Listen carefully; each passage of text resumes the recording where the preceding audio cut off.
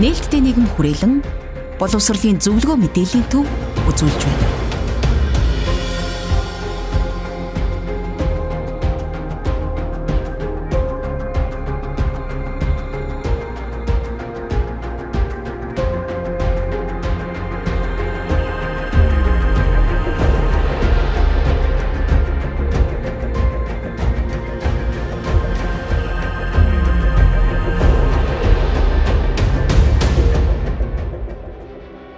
Одоо дээд ангийн хүүхдүүд нь одоо доод ангийн хүүхдүүдэд дээрлэгдэг гэж боддог байсан байхгүй. Тэгсэн чинь яг үе үеийн хүүхдүүд бие бинийгээ дээрлэгдэг.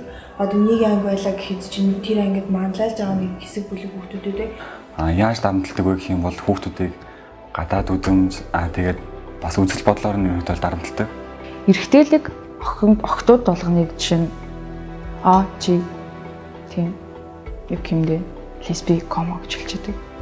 Эсвэл эмэгтэйлэг хөвгүүд болгоныг охин тэр охин ин гэж тооцолж идэг. Энэ бол байж болохгүй зүйл. Одоо өөр ангийн хүүхдүүдтэй нийлээ дээд ангийн хаах мах нартай нийлж байгаа хүүхдүүдийг шондорлоо. Одоо мөнгөгүй боллоо гэхэд чинь мөнгө авдаг, хэрэг мөнгө гаргаж өгөхгүй бол кермаг нэгждэг болохгүй бол зөвхөн нэг чинь мөнгө авч ирнэ тэрэг гэл уурлаа. Тэгээд нөгөө хүүхд нь маргааш нь мөнгө авчихаас өөр аргагүй болно.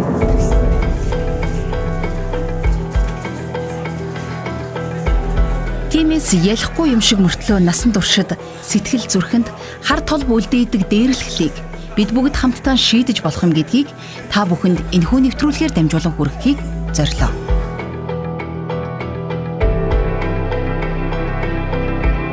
За үднийхний дарамт буюу дээрлэхэл гэдэг үгийг сонсоогүй гэж баг байхгүй байна. Гэтэ олон нийтийн дунд энэ талаар нэгцэн ойлголт байхгүй учраас бид үүнийг хэрхэн хүлээж авахаа сайн мэдэхгүй байна.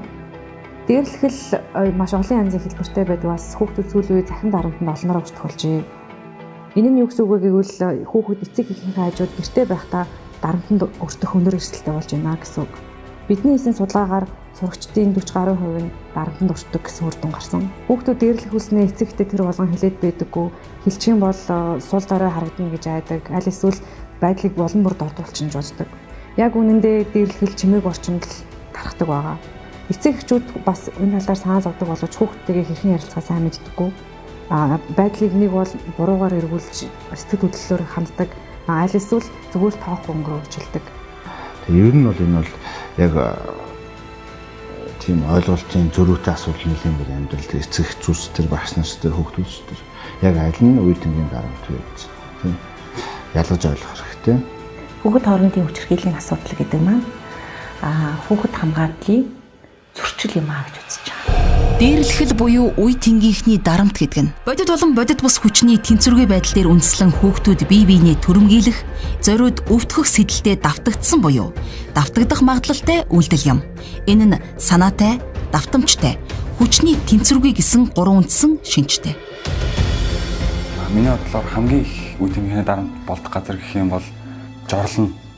Тэгээ сургуулийн жорлон гэдэг тийм ялчуудын дээр үүдүүдээ ингээд орж ирэнгүүтэнтэй үзэл бодлоор нь дарамтлагдаг үзэл бодол гаргаж байгаа байдал. Хизээж хинэгч гаднаас нь хараад битгий дүгнж байгаасаа хизээж хинэгч гаднаас нь хараад нэр хоч битгий өгж байгаасаа тэр тусмаа хин нэгний бэлгийн чиг өрөмж байгаа хүсийн баримжаа илэрхийлдэг битгий доогдохгүй болгоосоо. Яагаад гэвэл тэр хүн мэдэрснээр л амьдарч байгаа, төрснөөрөө л амьдарч байгаа. Сүүлийн жишээ бол манайх бол нөгөө кибер цахим маягаар бол гарсан охтуудын хооронд 11-р сард боловсрол соёл шинжилгээ ухаан спортын яамнаас захим гадуурхал цаашаа нэртэй үндэсний хөтөлбөр хэрэгжүүлэхээр зарласан.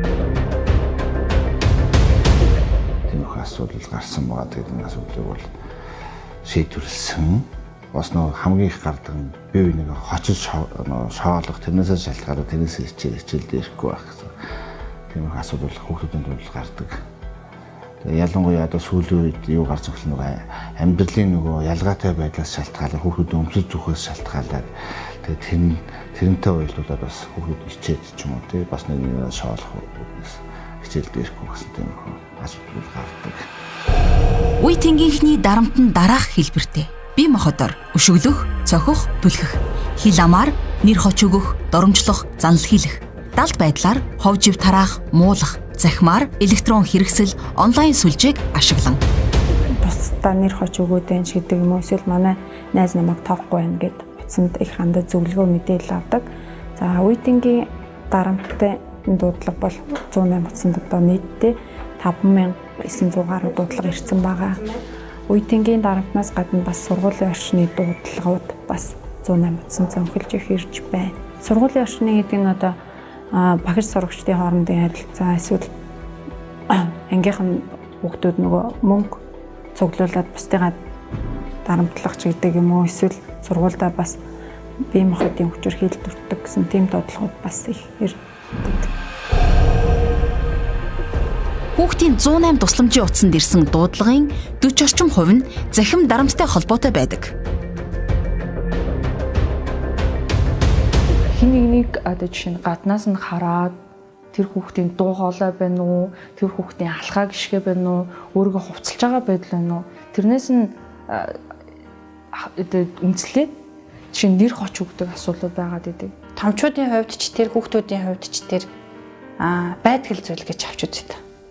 Гэтэл эн чинь эргээд нөгөө бидний одоо нийгэмд маш их айдас үүсгээд байгаа гэр бүлийн хүчирхийлэл, хүүхдийн хүчирхийлэл гэдэг зүйлүүдийг чинь эхлэн энд тавигдаад байгаа юм шүү. Тохиолдож байгаа нэг асуудал юу гэхээр хувь хүний нууцын асуудал байгаад байдаг. Гэхдээ яг багш нар маань, сургуулийн ажилтнууд маань, эрүүл мэндийн ажилтнууд маань хүүхдийн хувийн нууцыг хадгалж чадж байгаа юу? Хүүхдүүдээс эрүүл мэндийн судалгаа авчаад тэр нууцлалаа хадгалж чаддаг уу? Эсвэл хүүхдийн хувийн нууцын мэдээллийг багш нь сонсчоод тэрийг хадгалж чаддаггүй.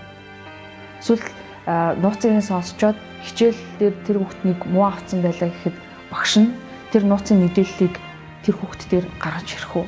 Үгүй юу гэдэг асуудал байгаа гэдэг. Бидний хийсэн судалгаанаас харахад ер нь бол дээрлэхэлт залуучуудын өндөр хүчирхийлэл сургуулийн орчинд бол байгаа байна гэдэг нь бол харагдсан. Онцлог нь юу вэ гэхээр энэ маань нэлийн далд хэлбэртэй. Хүүхдүүд бол хөвчлэн одоо эд эрэхтэн өөрийнх нь эд эрэхтэнд бэрчсэн эсвэл эд зүйлээ алдсан тохиолдолд одоо насан туршидээс тусламж хүсдэг. Тэрнээс өмнө бол өөрсдөө шийдэх гэж оролдож байгаа тийм одоо хандлагатай гэсэн. Тэгээ өөрсдөө шийдэж байгаа хандлага нь ямар байна гэхээр илүү одоо нөгөө хүүхдээгээ аль болох тааралдахгүй байх те эсвэл тухайн үйл явдлыг мартах гэдэг ч юм уу тийм одоо энэ маань бол бас яг зөв шийдэл бол биш юм л да. Энэ нь бол тэр дээрлүүлж байгаа хүүхд маань өөрөө цаашдаа энийг бас төдийлэн тэгж сайн мартаж чаддгүй тэрийг бодохоор уур нь хүрдэг ч юм уу те сэтгцэд нь одоо сэтгцэн эрүүл мэндэд нь сөргөөр нөлөөлдөг болвол дээрлэж байгаа хүүхдэд бол ямар ч энэ нь сургамж болж үлдэхгүй байгаа. Судалгаанаас харахад ямар нэгэн асуудал гарахад сурагчдын 30 орчим хувь нь эцэг эхтэй, 5 хүрэхгүй хувь нь асран хамгаалагчтай, 10 орчим хувь нь нийгмийн ажилтнанд, сургуулийнхаа эрхлэгчид ханддаг байна. Харин 45 орчим хувь нь ангийнхаа багшид, 15 гаруй хувь нь өөр сурагчид буюу ангийнхаа хүүхэд, найз нөхөддөө ханддаг гэсэн судалгаа гарчээ. Өөрийгөө мэдэрч өснөөсөө хойш өөрийгөө хайдаг. Хаанаас хайх вэ? Өөрийнхөө эргэн тойрны найзуудаасаа, эргэн тойрныхаа найзуудтай хэлж байгаа үгнээс, сурах хүчгээс, багшныхаа хэлж байгаа үгнээс хайдаг. Юу ч олдохгүй. Надад ч гэсэн юу ч олддоггүй байсан. Би хинбэ гэд би 5 дугаар ангиас хойш тэмдэглэлийн дэвтрээ дуустал бичсэн. 10 дугаар ангид дуустал бичсэн. Хохирогч хүүхдийн тухайд бол ер нь янз бүрийн шалтгаанаар л хохирч болж байна л доо. Тэгээд яг тэр нөгөө дээрлэхэд байгаа хүүхдүүд маань тэр хохирогч хүүхдийг юу гэж үзээд байгаа юм. Магадгүй одоо насаар баг тий. Энэ бол хамгийн их тохиолдог. Насаар арай жоохон ахим ангийн 1-2 насны ахмад тий хүүхдүүд ч одоо бие биенийгээ нэг ангийн дээр байхад л одоо ах ихч гэж нэрлэдэг байх жишээтэй тий. За насаар багаар нь за ангид дотроор нь доктор нь бол одоо сурлах арай жоохон муутай ч байдаг юм уу тий. За магадгүй одоо тэр нөгөө гэр орных нь аж байдлын хувьд бас жоохон одоо тийм ядуу тэр болгон өөрийгөө бас илэрхийлж чаддаггүй хүүхэд байх юм бол бас одоо үе тэнгийн дарамтын хохирогч болох ийм магадлал бол байдаг. Тэгээ дээр нь одоо эцэг их нь гадаадад юм уу эсвэл одоо бүр хөдөө хүүхэд бол өөрөө одоо айлд суудаг тийм ээ 50 хүүхэд байдаг ч юм уу. Шууд одоо өмөрч хамгаалах эцэг их асран хамгаалагч нь хажууд байхгүй гэсэн үг шүү дээ тийм ээ. За тэгэнгүүт бас хүүхэд үе тэнгийн дарамтын бас хохирогч болох явдал бас байдаг. За сурлаг сайтай хүүхдүүд ч гэсэн бас хохирогч болох явдал байдаг тийм. Хичээлдээ сайн тэгсэн мөртлөө бусд нь бас ингээд өөрийнхөө биеийг авч авдаг одоо тийм нөгөө даруухан нэг актер өөрийгөө илэрхийлээд байдгүй чадвараас нь болоод бас одоо ингээд дээрлэх явдал байна. Тэгээд ийм хүмүүсийн хувьд бол сургуультай дургүй болдог. Хүүхдийн эрхийн тухай хуулийн 7-гийн 1-д хүүхэд бие махбодын шийтгэл, сэтгэл санааны дарамт, үл хайхрах байдал болон мүлжилгийн альва хэлбэрээс нийгмийн бүх орчинд хамгаалагдах хэрэгтэй гэж заасан. Гадаад байдлын хувьд өөр тийм тарган хүүхдүүд ч юм уу тэр хүүхдүүд ер нь ихээр өртдөг. Жишээлбэл ингээд муугар доошо хийх ч юм уу чи тарган байна ер нь итгэ болооч гэл эсвэл ингээд гарах чахт нь одоо хааш явах чинь гуан завах чинь нөө ч юм уу итгэ багасгаж ч юм уу үүнтэй холбоотойгоор хүүхдүүд хамгийн түрүүнд тулгамжаар бэрхшээлийн асуудал нь сэтгэл зүйн хувьд дарамтанд орж ийн, айцтай болж ийн, төгшөөртэй байна, хинтээ хуваалцахаа мэдчих чадахгүй байгаа учраас тэр нь даамжраад хүүхдийн өөрийг нь стресст оруулж байгаа үр дагаврууд бол гарч ирж байгаа. За тэгээд мэдээж хэрэг энэ асуудал өөрөө урт хугацаанд даамжраад яваад ирэхээр эргээд хүүхдийн өөрийнх нь зан үйлд нь нөлөөлж эхэлж байгаа. Тэгээ хамгийн түрүүнд одоо жишээлбэл маш их дарамтанд өртдөг хүүхдүүдийн хувьд сургуулиас солих, тэгээ сургуулиасаа гарах, хичээл сургуулаа тасалдуулах асуудлуудыг үүсгээд байна. Сургуулийн орчинд болон гэр бүлийн орчинд аль алинд дарамттай байгаа тохиолдолд хүүхдийн сонголт нь улмаар амиа хорлох эрсдэлд хүрэж байгаа. Тийм тохиолдлууд бас бидний судалгааны үр дүндээр гарч ирсэн. Сүүлийн 4 жилийн хугацаанд гадуурхагдсанаас болж 92 хүүхэд амиа гүйтгэсэн тоо баримт байна. Тэгэхээр гэр бүлийн орчиндооч дарамттай, нөгөө талаар сургуулийн орчинд хүүхдүүд өөрийг нь гоочулдаг, дээрлэгдэг асуудал байгаа тохиолдолд сургууль дээр амиа хорлохыг завцсан тохиолдлууд бас гарч ирж байна тий. Тэгээд энэ завцсан тохиолдол нь өөр хүн аварч тусалж байгаа учраас эмнэлэгт одоо тэр хүүхэд хүрэгдэж байна. Гэтэл тусалж чадахгүй байгаа тохиолдолд амнасаа алдах эрсдэл бол бий болж байгаа. Тэгэхээр энэ дээр бас анхаарах хэрэгтэй байна. Хинч үе тэнгийнхний дарамтын хохирогч болж болцсохгүй. Тийм учраас ийм тохиолдолд юу хийх хэрэгтэй гэдгийг мэдж авах хэрэгтэй. Хамгийн түрүүнд эцэг их нийгмийн ажилтан багштай хэлж асуудлыг шийдвэрлэх арга хэмжээ авах хэрэгтэй. Нөгөө талаас хохирогч болж байгаа хүүхэд өөрийн зүгээс юу хийх хэрэгтэй гэдгийг бас мэдж авах хэрэгтэй.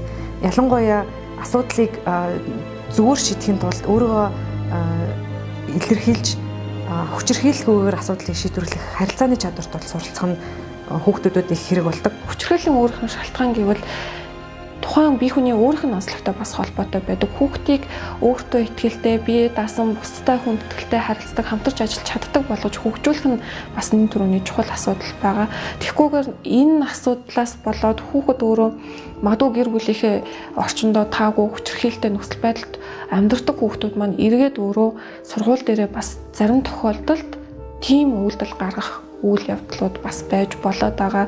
Тэгэхээр энэ дээр гарцаагүй хүүхдийн өөрийнх нь хөгжилтэй анхаарч ажиллах хэрэгтэй байна гэдэг санаа гарч ирж байгаа. Бас удаа ингээл бусдыг дээрлэхжээл нэг их санаа амар явахгүй шүү дээ. Тийм ээ?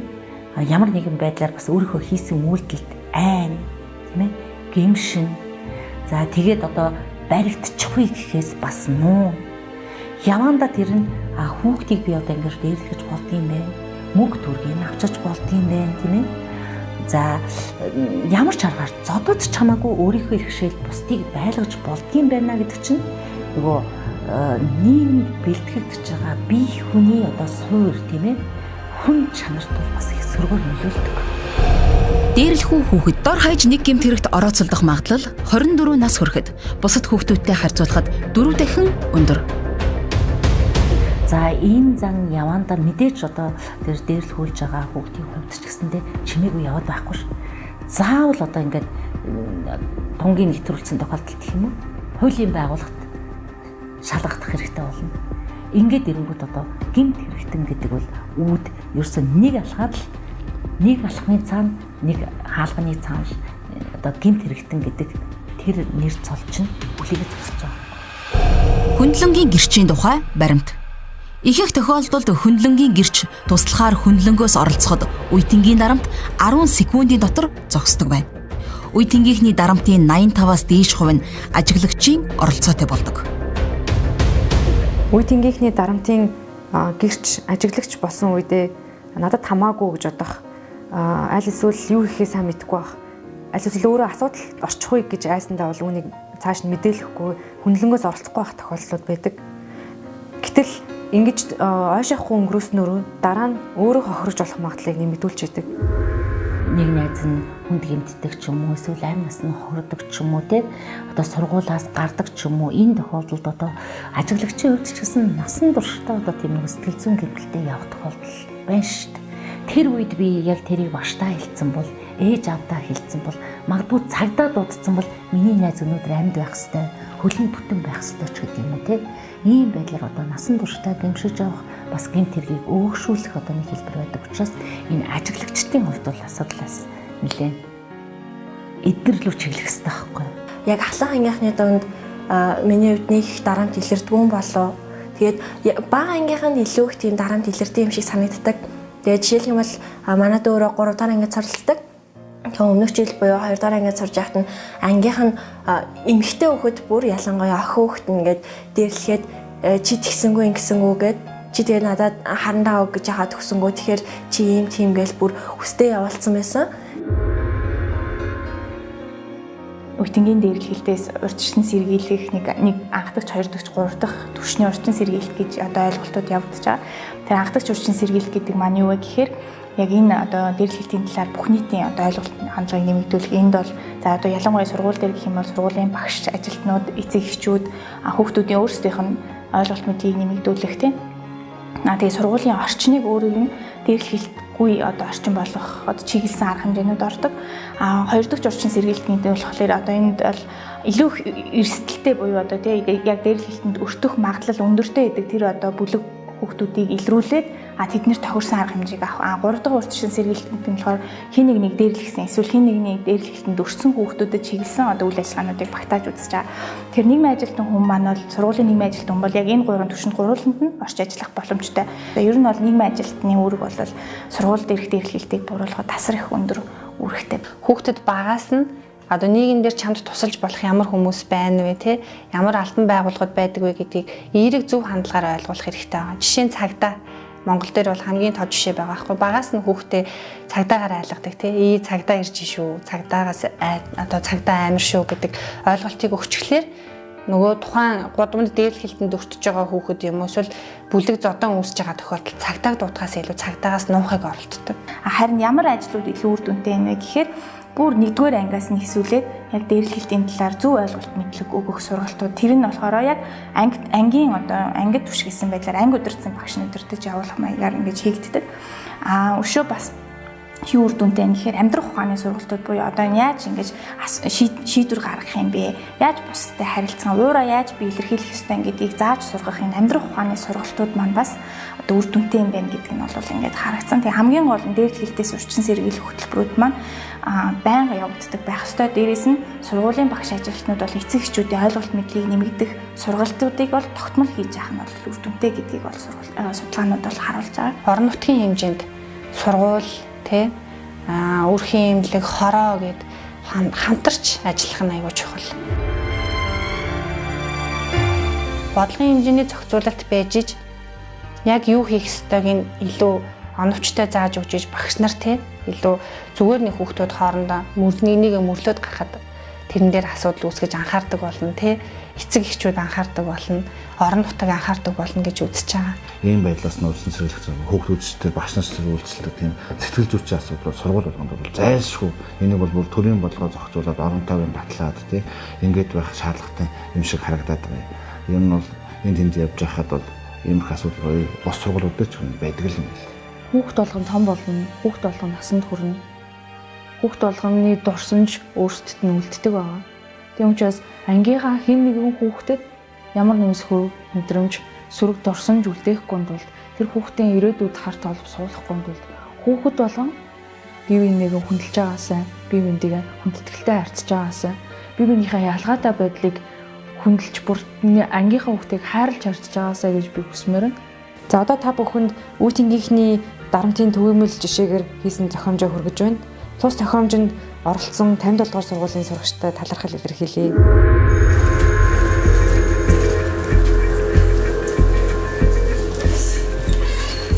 Бид төгс биш. Бидний эргэн тойрны хүмүүс ч төгс биш. Бидний хэнэнч төгс биш. Хүн бүхэн бусдаас ямар нэгэн байдлаараа онцлог ялгаатай билээ. Гэтэл ялгаатай байдлаасаа болж хэн нэгний зөв үзэл, үзэн ядалт, тохуурхлын бай болж байсан удаа хүн бүхэнд байдаг.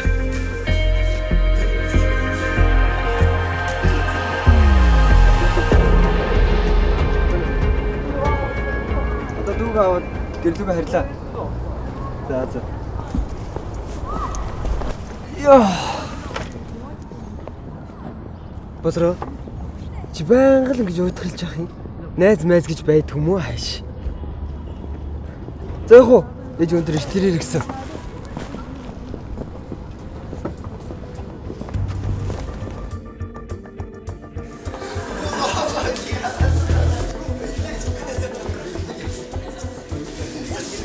Хэн нэгнийг ингэж янз бүрээр тохуурхад тэр хүний зүрх хичнээн шархалж байгаа гэдгийг бид тэр бүр ойлгодгүй. Гагцхүү бусдаас л бид өөсөв хайдаг.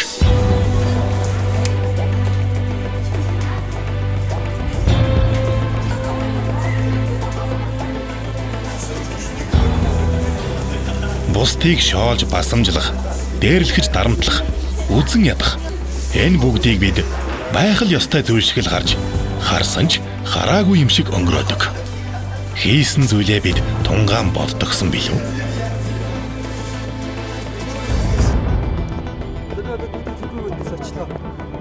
За. Ми зүгийг аваа явчих. Аанаас найзтайгаа уулзлаа. Ганцаараа харж чадна үсттэй. Хараад гэрээ цэвэрлээрээ заяа. Ээж ихтэрнэ гэсэн шүү. Би хичээлдэж шин. Зас тэр яах вэ? Гэртэйгээ ундаа дуусгачихваа. За би явлаа шүү.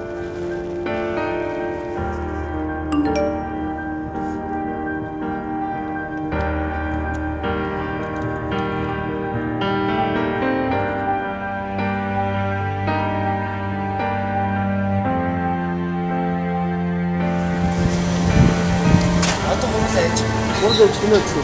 Сэтгэе яах вэ? Нөгөө. Яа. Чи өчтөр Солонгогийн зургийг аваад фестер тавьсан юм уу? Ямар зураг? Солонгоо ам дээр уйлаад гэлээ штэ. Тоглоом штэ. Сүртэй. Чи Солонгогийн амьдралыг тийм сайн мэдэх юм уу? Амьдрал нь яасан? Өвчтэй ээжигээ харна. Дээрээс нь хоёр дүүгээ харна. Гэрийнхаа даалгаврыг хийн, гэрээ зэвэрлэнэ гээд та нар шиг ингээд зугаалаад явж байхдаа болтдгүй юм заа ёо.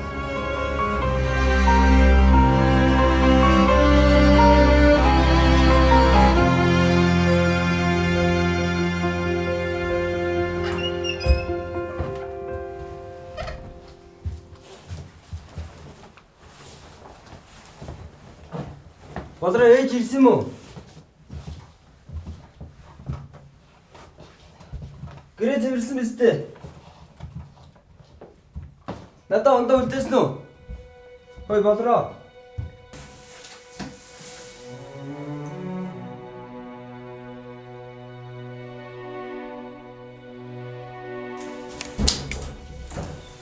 Болроо. Болроо чи хаана нэ? Болроо.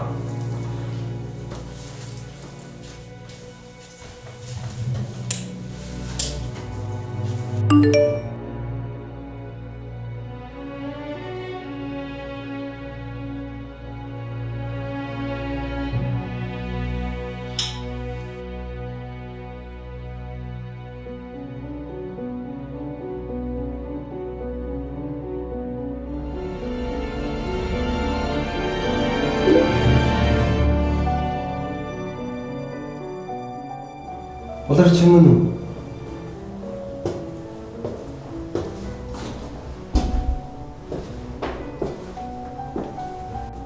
Яасан бэ зүгээр үү? Би чинь утсанд ирсэн мессежнүүдийг уншсан. Хин ч өнөө тийм мессежнүүдийг болоод байгаа юм. Хин томатон. Тэтгэний хэлж байгаа үнэн ч юм уу? Гүйдээ тийм биш болроо. Тэд нар чамайг хин гэдгийг мэдэхгүй болохоор л чамайг тоолж байна. Та ч гэсэн сургууль дээр бүх доотлол бичдэг үстэй.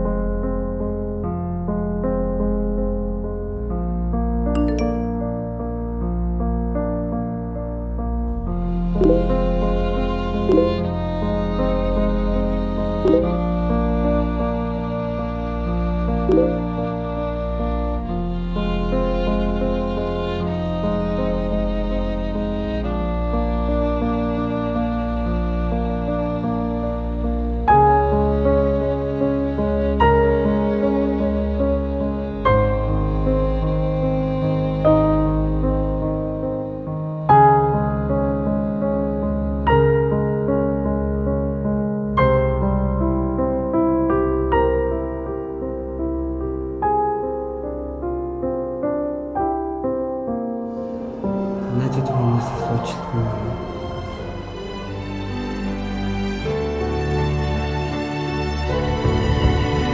Тийм ээ. Бид бүгдээрээ л алддаг. Гэхдээ алдаагаа ойлгосон бол үзэл бодол, буруу хандлага, үйлдэлээ өөрчлөх хэрэгтэй. Хэн нэгэнд атаархаж, хэн нэгнийг муулж, хэн нэгнийг гадуурхаж байсан бол түүнийгээ болигтун. Өөрийгөө ингэж өөрчлөхөд хүнд эр зориг хэрэгтэй.